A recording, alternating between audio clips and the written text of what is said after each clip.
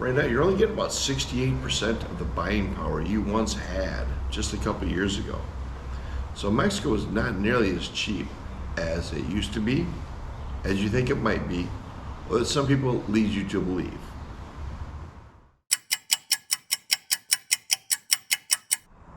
Hello, welcome back, and why this might be a terrible time to come to Mexico. Have you heard of the super peso?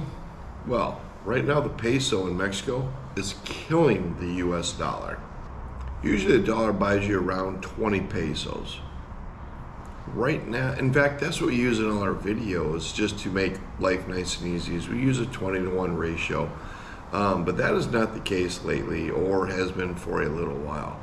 Right now, as of today, and it changes every day, but right now as of today, the US dollar buys you only 16.92 pesos. Contrast that to just a couple years ago at the start of COVID, when the dollar would buy you 25 pesos. So what does that mean? And how does that affect you? Stay tuned and find out. So relax, we're going to use a lot of numbers, but we're going to keep it simple and basic. We're not going to get into Federal Reserve rates and policies and things like that. But we're going to talk about a few basic things and why this is happening. There are 5 main reasons the peso is killing the US dollar right now. Number 1, remittances. That is money coming from the US down here, Mexican workers working in the US sending their dollars back to Mexico, getting converted into pesos. That is as high as it's ever been right now. A lot of Mexican workers in the US sending their dollars back, but that's not the only remittances. The other, drug cartels. Americans, if you stop buying drugs, guess what? Cartels go away, and it's a lot of money not flowing into Mexico, so stop buying drugs, but that's another story. The other one, as the Americans who are now living in Mexico, and as we grow in the population of Mexico, there's close to 2 million Americans now living in Mexico. Guess what? Your 401ks, your Social Securities, your savings accounts, your online jobs, those jobs are getting paid in dollars. They're all getting transformed into pesos. So those remittances, those are US dollars that are getting converted into pesos, making the peso very strong. Number 2, investments. Mexico's economy is hot, and investments are pouring into Mexico right now. So over 400 companies that right now, US-based companies that right now that have plants and manufacturing in Asia, that are planning on either currently building or building in the near future, that are bringing their manufacturing facilities from Asia to Mexico to bring their products into the US. And the Mayan train, I'm not sure if you heard about it, but if you land in Cancun, you want to go any place in the Yucatan Peninsula, there's now going to be a bullet train opening in December of 2023 that will take you any place you need to go, basically. China has put $20 billion into this thing. Investments pouring into Mexico. That's reason number 2 to why Mexico's economy is booming. Reason number 3, tourism. Tourism grows every year in Mexico, every year. During COVID, it slowed down. Didn't slow us down. We came and visited a few times during COVID. It was great because we kind of had the place to ourselves. But now that COVID's over, tourism is back and bigger than ever. Occupancy rates at hotels through the roof. Prices are going up because of it. And guess what? It is not stopping. Americans love to come to Mexico, love tequila, love the beaches. Why wouldn't you? It's beautiful. Tourism growing rapidly. How rapidly? In 2023, tourism in Mexico expected to be 31 billion with a B, billion dollars. That buys a lot of pesos. Number 4, trade and exports. Right now, Mexico's economy, with it booming, they're sending a lot of stuff to the US and around the world. All your avocados, a lot of your fruits, a lot of the stuff's coming from Mexico. In fact, Mexico is now the United States' #1 trading partner. Mexico in the last year has passed Canada and China as the #1 trading partner with the US. So a lot of stuff getting shipped from Mexico to the United States, a lot of dollars from the United States coming into Mexico, all getting converted into pesos. Number 5, natural resources. The war with Ukraine and Russia and everything we're doing to stop the flow of oil from Russia, everybody trying to buy stuff up. Mexico is a huge exporter of natural gas, oil.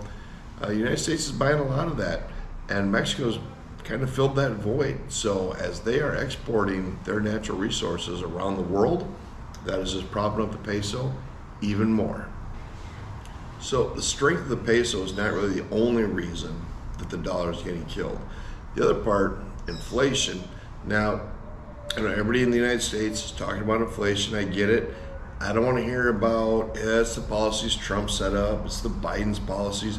I don't care about your Illuminati conspiracies and stuff. Inflation is everywhere.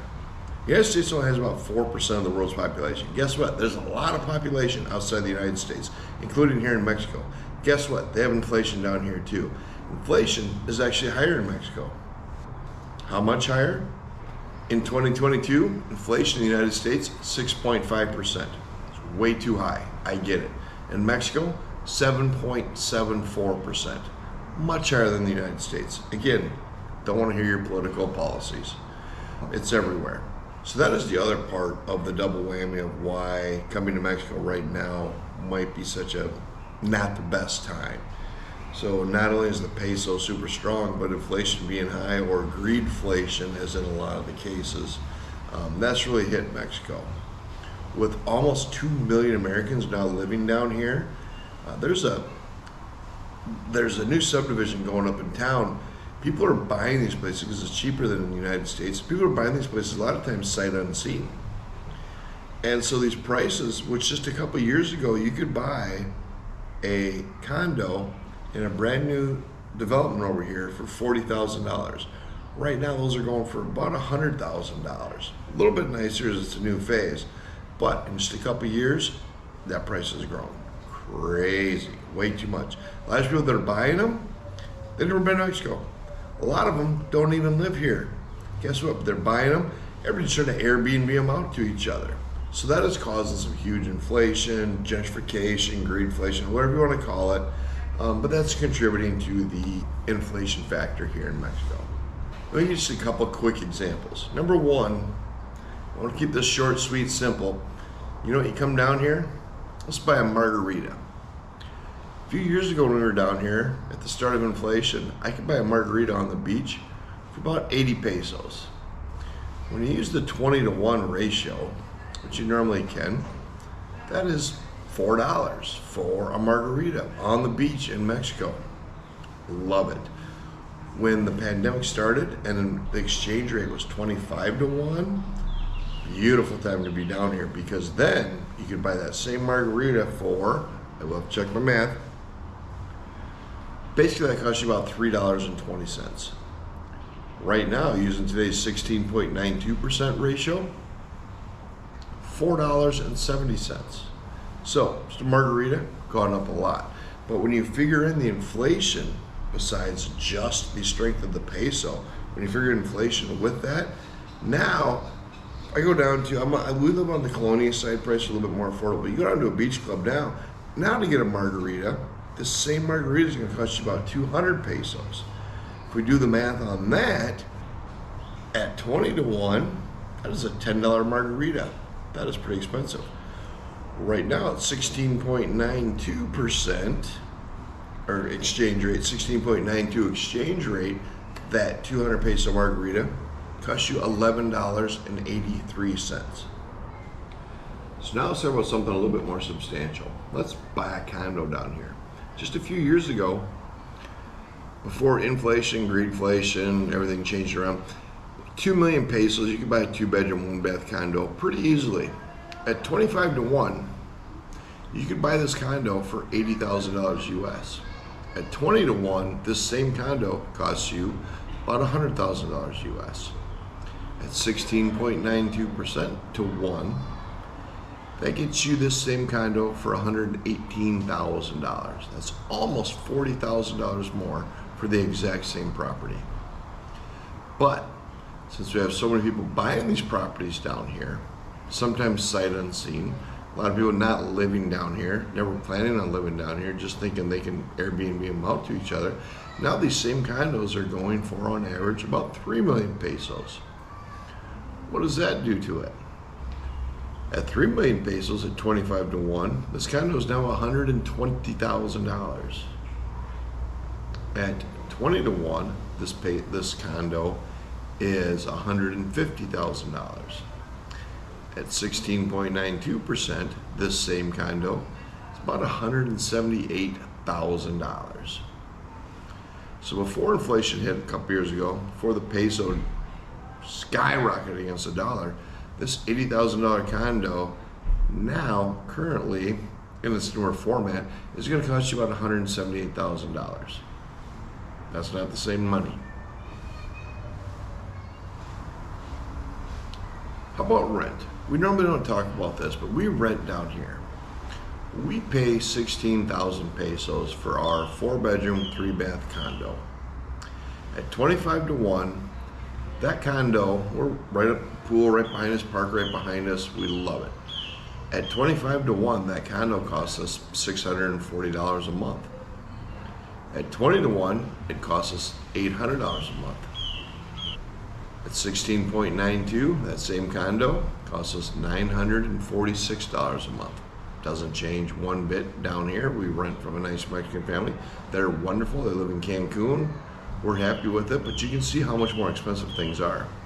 Now, just up the block from us, a woman just moved out because she got her rate bumped up to 30,000 pesos. They think they can get that. I don't think they will, but there's a sucker for every seat. Somebody's going to rent it out.